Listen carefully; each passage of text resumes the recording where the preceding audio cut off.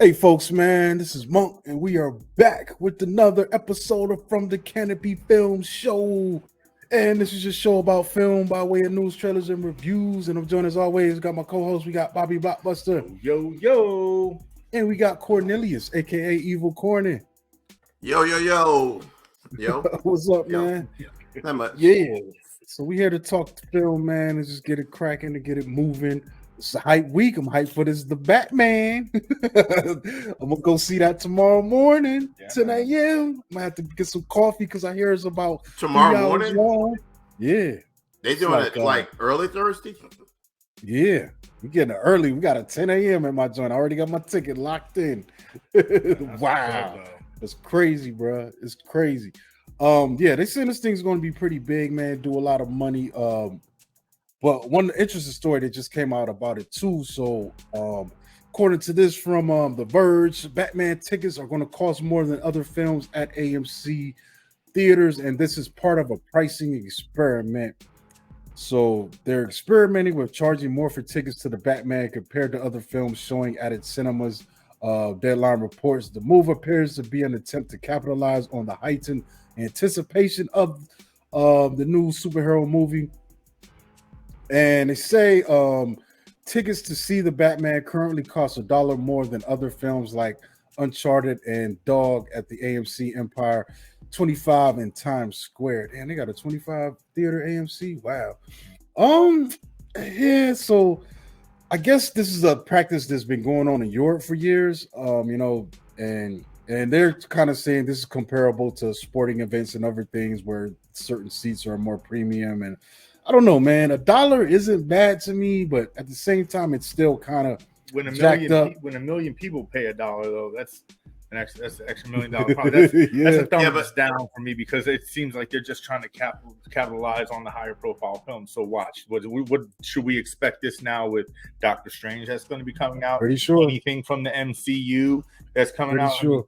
What's really the experiment? Oh, if we get an opportunity to make a little more money because people are willing to pay, we're going to do it. I mean, you know the thing about it is like the studios get majority of that money up until a certain point, and AMC's probably doing that so they can actually get some money. Well, they're going to get They're going to get the concessions anyway from this extra traffic. They get the concessions, but they don't. They have to get so much to the studios, But if they did something like that, they'll probably be making a bit of a profit, before, even though it's probably going to make a bunch of money, they'll probably get more money in the bank, compared to, my problem is, when do you stop doing this shit? Because, and what, it could be $1 now, but it could probably be about $3 or $4, for like a bigger movie, like the next Spider-Man or like Bob was saying, the MCU films, or fucking Avatar, for Christ's sake. I don't think it's going to stop. I think that if there's a higher success rate with this, or if they get whatever it is that they're looking for, they're just going to keep up in the ante. Yeah, just like gas prices and everything else. Some of that shit don't never come down after it, it peaks. I remember way back when McDonald's had $1 menu. Now they don't. It also seems like this will be for weekend showings. So if you want to see this thing on the weekend, you're going to pay that extra $1. Yeah. I'm an A-list member anyway, and I won't really be affected because all my showtimes are the same price no matter what. But I don't know, that could discourage people from going to a theater, or. Yeah, I mean $1 isn't enough to discourage me. Like, even if I got a family and I got a family of 5, that's $5 more, and I really want to see this. That's really not going to discourage me unless there was another option, Because what is other option? During the work week, most people work or the kids are in school, so it's going to be tough. But also my workaround, I got Regal Unlimited, and I'm paying the same, which is already included into my subscription. Just like my A-list. Yeah. Mm-hmm. So yeah, but that's interesting, man. To see what's happening, but also means that this is like they're also calling for this to be the second $100 million opening weekend, which following Spider-Man, in a couple months. So that's dope, So, but yeah, what you got for these trailers, Bob? Trailers. All right, so first one. Excuse me. First one that we got. I don't know. That was unpleasant. I mean to do that on camera. I couldn't help it. We've definitely done that on camera. Savage. Hey man, for real. No, the first film that I have is going to be brought to us by Netflix, and it's a film called Hustle, and it's going to be released on June 10th. Directed by Jeremiah Zager, and the lead role is going to be Adam Sandler. And there's other folks, well-known folks. You get Queen Latifah, you get Ben Foster, Robert Duvall, what's his name? Jaleel White, aka Urkel. So that's pretty cool. But it's based on a washed-up basketball scout who discovers a phenomenal street ball player while he's vacationing in Spain, and sees the prospect as his opportunity to get back into the NBA. So, it's kind of like, that synopsis pretty much says it all from what you get from the trailer. It does look like a pretty cool sports film, and not for nothing, I'm a fan of the Adam Sandler films where he plays the more serious role. It's dramatic, yeah. Yeah, he's better at that than these joke joints. When he lays off the annoying dweeb role. I think he's he squeezed all the juice out of his comedic film roles. Yes. Yes. But him as a drama actor is really good most of the time. And we seen firsthand when we saw Uncut Gems. I mean, that's probably one of his best movies. That is, yeah, definitely. Yeah. So he has a film called Reign Over Me. That's a real good film. Also, him and John Cheadle. Yeah, that's a real good film. Rock on. I'm looking at it. I haven't seen that. See how my brain work when I really don't need it to. Right. I'm thinking when I'm not really thinking.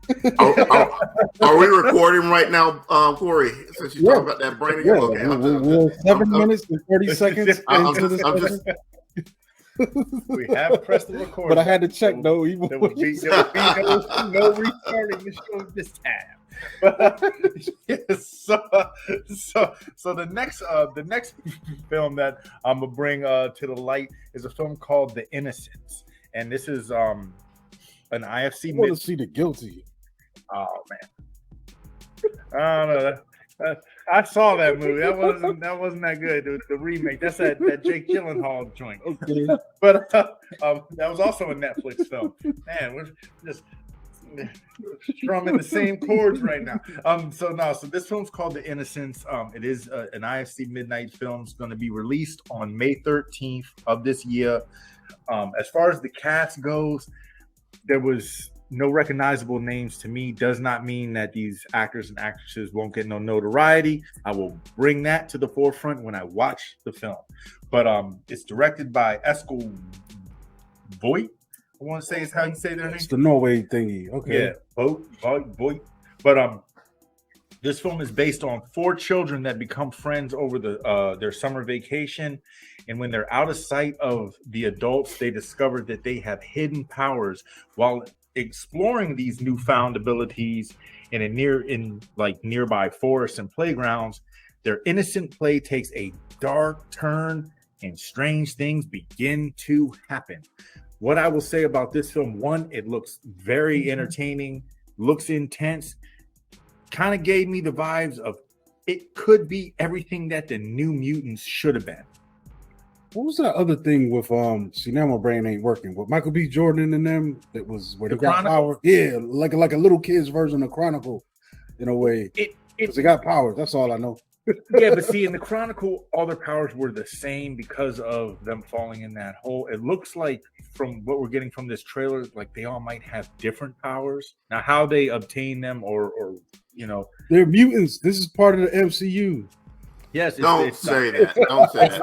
It's the IFC MCU. You'll be apologizing like Joe Rogan in a week for making that statement. Norwegian MCU. Yeah, right. Hey, Trav. No, they don't. No, that's UK. I can't do the Norway accent. Yeah. I can't do them. But yeah, man. But it definitely gave me New Mutant vibes. So I think that that this will be well worth a watch. So I'm definitely going to check it out when the time comes. The next film that I got is a film called You Are Not My Mother. And it's not talking about the father either. I'm still focused on the mom. You Are Not My Mother. It's going to drop for us on March 25th, 2022, directed by Kate Dolan. As far as the cast goes, yet again, it's nobody that I recognized out the gate. It's not your mother. It's not my mother. I don't know. Who are you, lady? Man. Stranger danger, right? But this one, this one takes place in a North Dublin housing estate, and a teenage girl's mother goes missing, and when the mother reemerges, something's off. Like she's different, you know what I mean? And the young daughter is now determined to uncover the truth behind the mother's disappearance and unearth the dark secrets of her family. Could be alien vibes, could be something culty, who knows? But it looks cool. Like the imagery and everything that I was getting, it's one of those films. Kind of reminded me of something like the Babadook. How it looks dark and desolate, like the sun just don't shine in these areas, and and I've gathered they are in Dublin. Yeah. Yeah. So and those in the movies where there's no sunshine, bad stuff just seems to find its way to happen. So I'm curious. I'm gonna check it out. Train going by your house, Corny? Or yeah, that's right. I was about to say, man, it's like, or is he watching that bullet train trailer? Right. Because I was like, what is that? I thought it was on my end for a second. I was like, oh, it's a Hogwarts Express. Closed everything. And that's ironic because the last trailer of this evening's show is actually a film that was brought to my attention by Corny called Bullet Train. And it's going to be released on July 15th, directed by David Leitch. I want to say is how you say his last name. I do want to point out that I mentioned it on the news a few months ago. So, well, go ahead. All right. There we go. Corny sent me the trailer. Sent us in the. No, just yeah. I can't remember what I ate for dinner 2 days ago. I'm supposed to remember what we talked about in the news months ago. I might have skipped that episode. But nevertheless, the first thing that stands out about this one is the cast. You're getting you get Brad Pitt, Sandra Bullock, Lady Gaga, someone named Joey King, Andrew Koji, Logan Lerman. But Brian Tyree Henry. Yeah, Brian Tyree Henry. Yeah. Yeah, I'm saying, I mean, it's a nice looking like cast. The creative character in a video game. Yeah, he's got the but they don't have the proper options for the black people. Definitely got the blonde hair going on.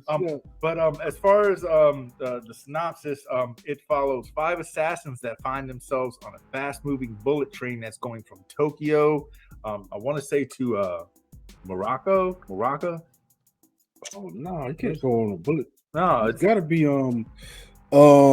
probably another Japanese Asian city. country. Yeah. No, I think it's another Japanese city. Morioki. Yeah, right, there you go. That's what it looked like. Yeah. I mean, I don't know if I said it right, but said it better than me. Was that Bad Bunny though? That's what's cracking me up. Yes, Bad Bunny is in this as well. That was awesome, dude. Yeah. So on this trip, there's only going to be a few stops in between the destination points. And during this time, the assassins discover that their missions are not unrelated to each other. So Obviously, they're all in there, for similar reasons. I just think that it's going to be cool. It looks like it's going to have a lot of laughs, a lot of kung fu, a lot of action. You know what I'm saying? Not one that you take serious, but have a lot of fun with. Getting what was that one movie that came out early 2000s with the assassins? Like Lucky Slevin? No, it was another one. Where, you're thinking of it had two parts of it with all the assassins. Yeah, Brad. Shit. And bring it out. I just know. Chris Pine was in it, and he was part of the crew that killed Ben Affleck. Because Ben Affleck was supposed to be such a badass. Smoking Aces. Yeah, it reminds me of that. Smoking Aces, but on a train. Yeah, but it looks fun though. It does look fun. Like you got all these crazy, wild, distinct characters, a really diverse cast, and some really cool actors, and it's about a director of Deadpool 2, so I expect I expect a lot of action in this film. It makes sense too. I think I saw it looked like Zazie Beetz was in this thing too, and she was in Deadpool 2. And also stars in Atlanta with Brian Tyree Henry. So there's some connections being made, and that's kind of cool, man. Brad Pitt was actually in Deadpool 2 because you remember he was the Invisible guy. Yeah, he had the cameo. Yeah. Was he like on a parachute? Yeah, it's on a parachute when he came, and it goes into that what do you call it? Not trash compactor. The dump truck or something. No, it goes in the thing that you dispose trees with. Shredder. Tree shredder. Yeah. Wood chipper. Yeah. Yeah, it looks dope. I'm definitely going to. Is that theater? What's the date on that? That's theater. I want to say July. It's funny now how these trailers now is exclusively, mainly, only way you can see this in theaters. And like now that they're doing that, they're like that HBO Max run, we ain't doing that no more. We done with that. Gotta get out of your house. Gotta get out of your house. It's interesting, man. So what else we got? I haven't seen nobody die from. Well, I'm just not saying they haven't died, but I haven't seen a story in like a couple weeks now where somebody died from COVID that was denying it. So I don't know. We might be on the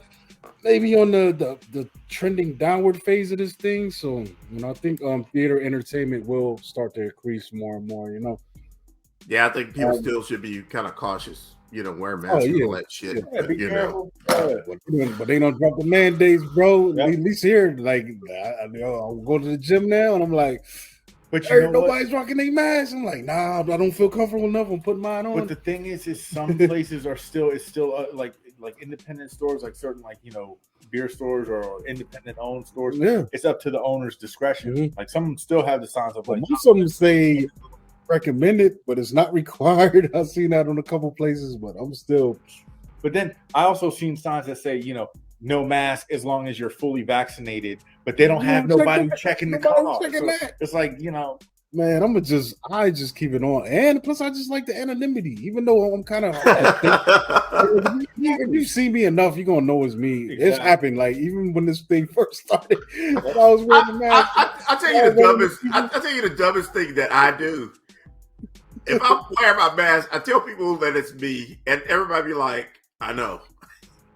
But the problem, the ones that get me is when I think I'm being incognito, and somebody be like, yo, what's up, Cory? And I'm like, I thought I was on the working. Maybe the way I walk and just the profile of how I'm looking close. I'm shaped kind of like a refrigerator and walk like a penguin. So everybody knows. Bob got the pieces stored over there. I knew it was Bob immediately. Yep. You got too many tattoos and tall. That's it. Like I'll be masked up and the hat and everything, hat low and everything. If I don't have my arms covered, like, hey, what up, Bob? I'm like, no, that ain't me. That ain't me. Who's Bob? You should do that one. Who is Bob? Who is this Bob? My name is Steve. Name ain't no. Of course, I get those tattoos right there. Oh my god! But people always confuse me with this guy. Well, let's get into these reviews, man. The only thing I saw this week, it was kind of a fun little thing, man. Studio 666 and starring Dave Grohl and the Foo Fighters and some other people. So hold up. Who the hell is this? Sometimes Google don't be working for you. So, members of the rock band Foo Fighters move into a mansion to record their 10th album. Once in the house, singer Dave Grohl finds himself grappling with supernatural forces that threaten both the completion of the album and the band members' lives. And this is essentially a comedy horror. It's pretty much a comedy with gore in it. It reminds me of like This Is the End in a way, just some supernatural forces have taken over Dave Grohl specifically. So it's basically they're going into this studio, this classic house where hits were made, and it happens to be kind of a supernatural space. Things have happened in the past, but they don't know that before they book this place. They just know that some good recordings were made there, and it's kind of fun, man. Like I had a good time watching it. Overall, And the thing is, like I know Dave Grohl, he's a cool guy. I generally like him, but I'm not like a big Foo Fighters fan. I don't really listen to the music or nothing, but I just know him as a personality and plus being linked to Nirvana and all that. And he's generally cool, but I was kind of impressed by what he was doing here. Like he was actually competent as an actor in this film, and a lot of the jokes and gags really worked. And honestly, I would say he's probably the best actor of the band. The other ones were there for the most part, but some of them weren't as good as him, so I think that kind of took away from some of their moments. But with him, being a leader, and what ends up happening is, this thing seems to be like a ritual site. There's some cult, some demonic, possession stuff. So he essentially gets possessed, and in the process of recording this album, and the other band members are kind of dealing with him, and and things happen from there, man. One thing I did like about this thing is, the jokes are there. Everything didn't hit, but enough of it did hit where it kept it going and kept you engaged and entertained. And they've got enough cameos and guest appearances. Whitney Cummings is the next door neighbor, and that was kind of cool. And even Lionel Richie, man, you see him in a trailer. That was a cool moment. And Lionel Richie, yeah. And did you see it, Cornelius? No, I didn't see it yet. Oh, you didn't see it yet? No, he's in the trailer. You see him, but when he comes out, it's a good moment. Like you don't understand the context, but they do show him in the trailer, and it was fun, man. It was a good time. It's not going to blow me away or nothing. I do think it might have been a little bit. Maybe 10 minutes too long. It does check in about like an hour 45. They could have easily shaved off that extra 10. But overall, it was just really silly, goofy fun, And I think honestly, even though I would probably put it somewhere, maybe about a 3.5. I feel like if you are a big Foo Fighters fan, it's going to hit you even more. Just almost like, all right, put it this way, man. This is like the comedy horror version of Tougher Than Leather. And if you've ever seen Run DMC's Tougher Than Leather, where they are like some street dudes and they get into some crime, and Rick Rubin's this coked out crime boss, it's an amazing film because I had heard of this film. Yeah, especially you can watch it now on YouTube. It's hard to find. I don't think there's really physical copies, but it's one of those exploitation type films, but it's just done with famous musicians. But it's a good film because you could laugh at it, and there's just moments of watching these guys go on, and even Russell Simmons cameos, and it has so much craziness in it, and it's funny. And I think this kind of is comparable to that, man. Just because I'm a big fan of Run DMC, I definitely appreciate that film, that Tougher Than Leather, a lot more than maybe someone who didn't know them would. And I think the same thing will happen with this. Even though I'm not that familiar with Foo Fighters music, I know of them. I know they are a thing in pop culture. But if you're a Foo Fighters fan, you're probably going to be in the pocket and really enjoying like more moments of this than I did. And there's probably some references in this thing that went over my head that a Foo Fighters fan would definitely enjoy. But I think it's a solid entry into this comedy horror space. It's a goofy, fun kind of film, like, you know, it's not, you know, it's nothing to take serious, and they had a good time making it, you know. I am a fan of the band, and I just hadn't got around to see it yet because I'm gonna call this week. Yeah, I would say you definitely see it, man. If you're, you know, yeah, you'll have fun with it, man. Okay. Good stuff. You done? Yeah, I'm done. The first movie I have is called Coda. It stands for Child of Deaf Adults. This is a film. Okay. It's actually on. This film is on Apple TV Plus. It's up for Best Picture. One of the 10 films up for Best Picture. So I'm only one short of watching every film that's on that list. It's a film called Drive My Car that I tracked down yesterday, but it's a 3-hour Japanese film, and I think I'm gonna purchase it tomorrow. I mean, sometime this weekend and watch it. But this film stars Marley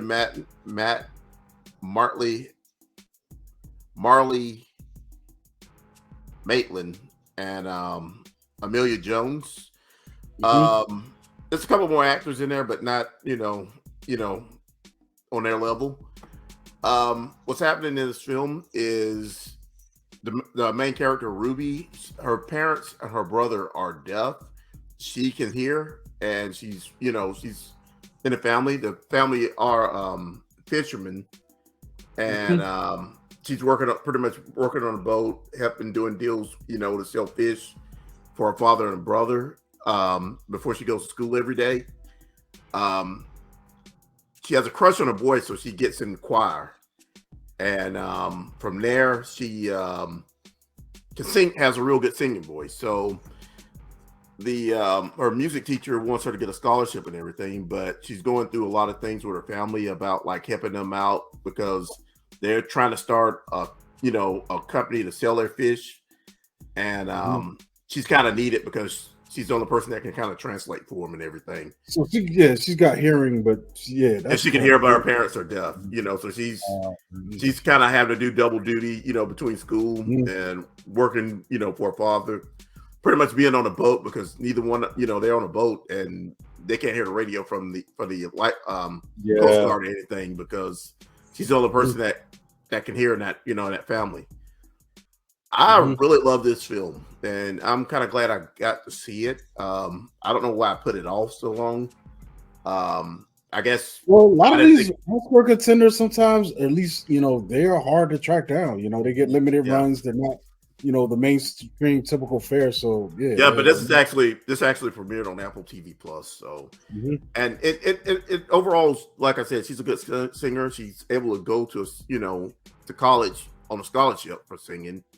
And her family kind of gets involved in that a little bit, toward the end of the film. But they're deaf, but she can sing, so they can't really, they just know that she loves doing this, and they overall can appreciate it. It's like I said, it's a real good film. And I kind of suggest people to watch it. All right, that's what's up, man. All right, what you got, Bob? All right, so the first one that I got, I think me and Corny, we both had this on our list for this week. It was a Hulu original film called No Exit, and it dropped for us on last Friday, February 25th. Directed by Damon Power. As far as the cast goes, you get Havana Rose Liu, you get Dennis Haysbert, most guys know as Allstate guy. Yeah. You get Danny Ramirez. That's what Corny sound like. Yeah. What? You sound like the Allstate guy. I sound like it. You know how to say. I don't know what his slogan is. I forgot, but he just be popping up when you get a Allstate. But you get Danny Ramirez, you get Dale Dickey, Mila Harris, but pretty much it's focused on this young girl, and then she escapes one situation, or she leaves one situation during a blizzard to go visit, or she has to go see her mom, and she ends up getting stranded at an isolated highway rest stop. pretty much for all intents and purposes. It feels like it's in the middle of nowhere. And with all that going on, she finds out that there is a car that has a young girl that's pretty much, looks like she's been kidnapped, being held hostage in the trunk of this car. And it obviously has to be one of the people that is in this rest stop with her, who owns this car and is holding this girl against her will. Young girl too, I'd say maybe 10 years old, give or take. Yeah. And so then the plot kind of just goes on from there. This is definitely, it's a whodunit style film, and I feel like as far as execution wise, it was done good enough. I don't want to like make this film seem like it wasn't a bad film. It was just the story was really simple. The plot to me was basic. It was kind of like cheese pizza, you know what I'm saying? Where cheese pizza's good if that's what's on the table, but it's better with toppings. You know what I mean? Hungry, bro. And toppings is not a cheese pizza. Exactly. But but cheese pizza is the most basic pizza you can get. It's just 3 ingredients. You know what I mean? And then also the only other kind of, I guess, the only other like gripe I had with this movie is because it was a whodunit style film. For me, it was really predictable. I had the movie figured out very early on, and I don't think that it was intentionally done that way for the viewer to be able to figure it out that easy. Maybe I've just seen too many movies that are in this genre. I think it depends on the film and what the structure of your thing and what you're working on. But sometimes when you know who done it immediately and they do it right, then that could be a cool thing. Okay. Like where more than the characters on the screen, and right. That's fun. But it didn't seem like it was taking that approach. I think that this one was more because of the condensed nature. Like, I mean, you're really only dealing with, I want to say it was all of about 6 people, including the girl who didn't count. So, I mean, it was the weed out process was very swift, like, you know what I mean? And, but outside of that, it was still acted well. And the movie was still entertaining. Like, I watched it from beginning to end. I was not disappointed when the credits started to roll. And then as I was doing my notes and everything, what impressed me more about this film was the fact that, this was a lot of, like new hands, fresh faces going on. Like the lead role, Havana Rose Liu, this was her first acting lead role. Yeah. You know what I'm saying? The director, this is only his second feature film.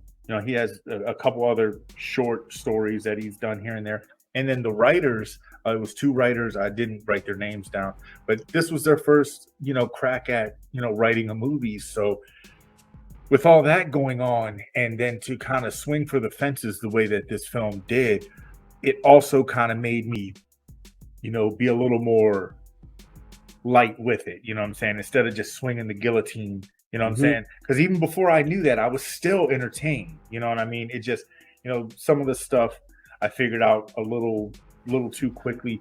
And I was a little, I would have liked to see something a little different going through the third phase of it. But it was still, what I got wasn't like, like, man, this happened. Oh, put this in the garbage pail. When I saw it, I kind of thought that one person was in on it. But when you see what all happens and how everything happens, I really think they did a good job on this film. And I wasn't really expecting anything from it. Overall, I liked it. I liked it a lot. Yeah, that's without spoiling anything about it, because Yeah.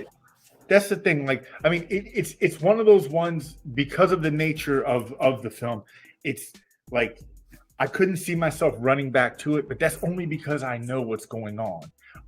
But as far as I would put it in a solid one-time viewing category. You know what I'm saying? I wouldn't suggest like, oh, if you see this movie, stay far away from it. It's got Toonies. Now. I mean, if you have access to Hulu, check it out. I mean, it's well worth the watch. And like I said, surprisingly enough, it was acted very well. Like everybody in this film showed up. You know what I mean?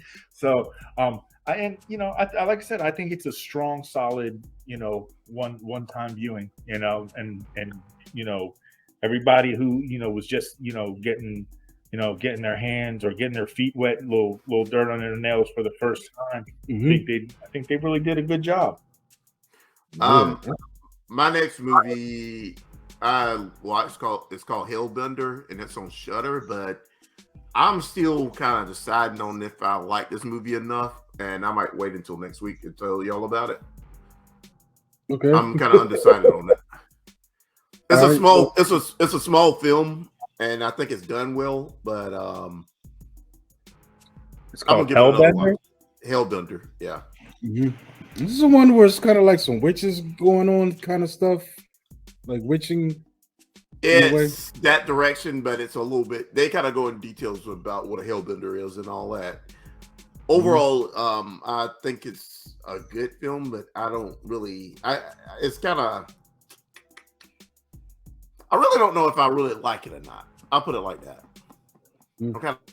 I'm all about the Shudder films. I'm gonna definitely check this one out too, just to maybe I can, help give some perspective or something. Just give a little bit of thoughts on it. Yeah, I'll watch a Shudder film in a heartbeat, even if they are not that good. So I guess is it back on me? Yeah, I don't have nothing. Oh well, this is going to be easy, and I'm not going to be that nice. I did see this next movie I'm talking about. I did not like it, and it's. What's it called?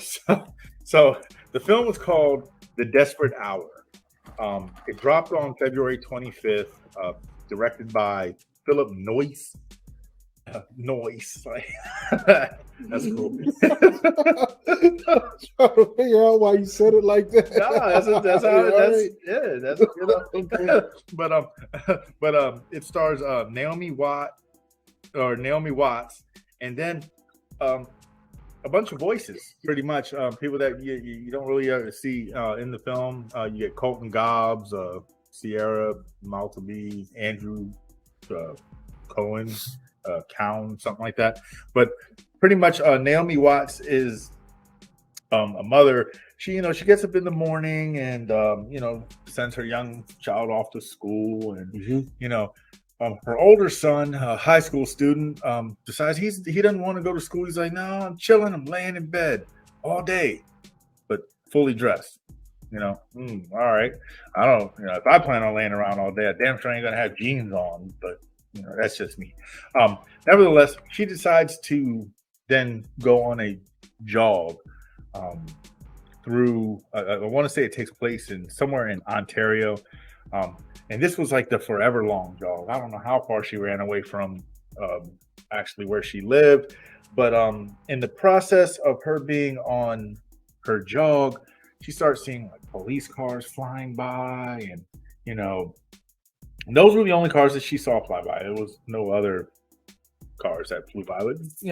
And then she finds out that the town, this small, desolate little town, is on lockdown due to an incident that is happening at her high school son's school.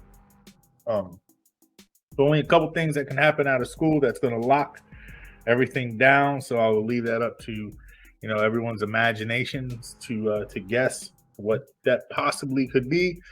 And outside of that, as far as the story build up and everything, that's what it was. That's how they sell it in the synopsis. This movie is 84 minutes long, and for I'd have to say about 78 of those 84 minutes, you just watch Naomi Watts running through the woods, talking on the cell phone to different people, trying to get to the school.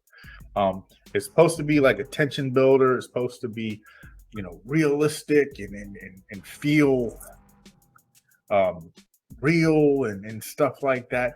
It did not do any of that for me. And this is not a dig on Naomi Watts. I think that she did the best that she could, given the script and the material that she was working with. But she was just jogging on the phone. Pretty much. Okay. And then it was just like, then it really got outlandish. Like you're jogging, up the street through the woods. You're calling other quote unquote friends that have children that are in this school. None of them want to come pick you up, but they know that you're jogging. She tries to call a Lyft, and the Lyft guy's like, "Yeah, I'll be there in 20 minutes." Where are you going to be, guy? She's jogging through the woods. How do you know like what tree she's going to be waiting by? GPS, but that's still crazy. There was a lot of stuff that was just happening, and then of course, like why couldn't she just turn around and jog back home and get a car? Because she was 5 miles away from home, but then decides to jog, knowing it's going to take an hour to get to the school and start. Oh, okay. Well, she's not using jogging to the school now. Back home 5 miles. That's what I'm saying. So wow. I'm like, well, that's why I don't be hiking, And then, of course, things just wouldn't be right if on this jog through the woods, she didn't trip over a stick and hurt her ankle to make that jog that much more harder to do. I was like, oh man, where's Jason at when you need him? Like, I'm saying, like that's the only thing missing in this craziness. But I feel like this movie it could have been a lot more. It's rough subject matter. It's realistic. Those that want to try to check it out, watch it. It's relevant to what's going on in the times. It's not a pleasant situation. But the way that this movie was handled and the way it went about it was just uninteresting, unappealing. The one positive that I will say about this is I don't know if it was actually filmed in Ontario. I've never been there. I don't know what it looks like in real life. But wherever they filmed this at, the woods and stuff, like the trees looked all like real nice. It looked real calming and like serene. So minus this whole crazy situation that's going on, if she was just on like a regular day jog, I bet it would have been like really cool. The scenery and the atmosphere that they had going on. It looked really nice. I was like, man, I'd like to, go out there one day without all the other BS that was going on. But other than that, I cannot suggest checking this movie out. If you do, watch it at your own risk. And don't leave no comments about how much you didn't like it, because I was honest about it. So there's that with that. Yeah, I saw a trailer for this like yesterday, I think, and I was kind of curious on it, but I'm kind of glad you said something about it because yeah. And you see how about almost 90% of the trailer is her jogging, yeah, through the woods on the phone. In the movie. Okay. You see the trailer, you seen the movie. Put it that way. What else you got, Corny? Oh, I don't have anything else. Bob? Yeah. All right, well, let's wrap this thing up, man. Oh, that's it, folks. We're going to catch y'all next week. I'm excited. We're definitely going to be coming back with our thoughts on The Batman. And probably got a couple other things. I think Gold is coming out. And some more, but I'm hyped, This year's already starting off way better than last year started off around this time of year. So yeah, I'm excited for more from the Canopy film. And dude, one more thing that's coming out, man. Y'all should definitely check it out. Drops on Friday. It's a film called Asking For It. It's like a female power flick. So it looks really, really, really, really cool. All right. Yeah, that's one with Vanessa Hudgens and Vanessa Hudgens. Yeah, I remember. And, I don't remember. I don't know what's wrong with y'all brains, but I be remembering what we talk about on here. Yeah, you talked. Yeah, you did a trailer a couple weeks ago for a limited time only. Yeah. But that's it, folks. Man, this is Monk. You're gonna catch me at Monkey Blood on Twitter, Instagram.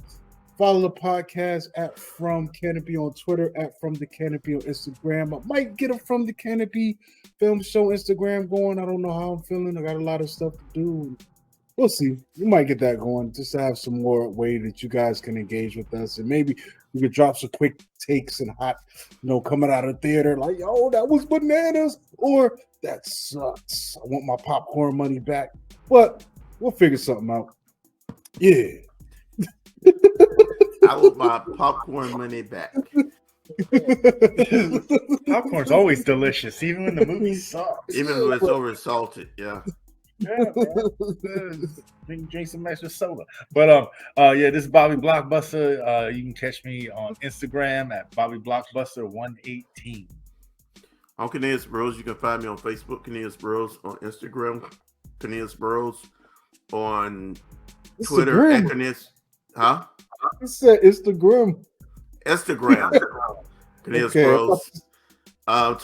TikTok at Cornelius 1976. Twitter at Cornelius 1976 also. Yeah, that's what's up, man. Definitely. All right, folks. We're gonna catch y'all next week. Bye. Shout out to Concentrated Podcast, man. We overdue for an appearance, man. Y'all got no love no more. I know y'all like Cornelius. Come on. I was like going at 2 episodes back to back. Yeah. I was on here like, can we get a bone? Some gristle?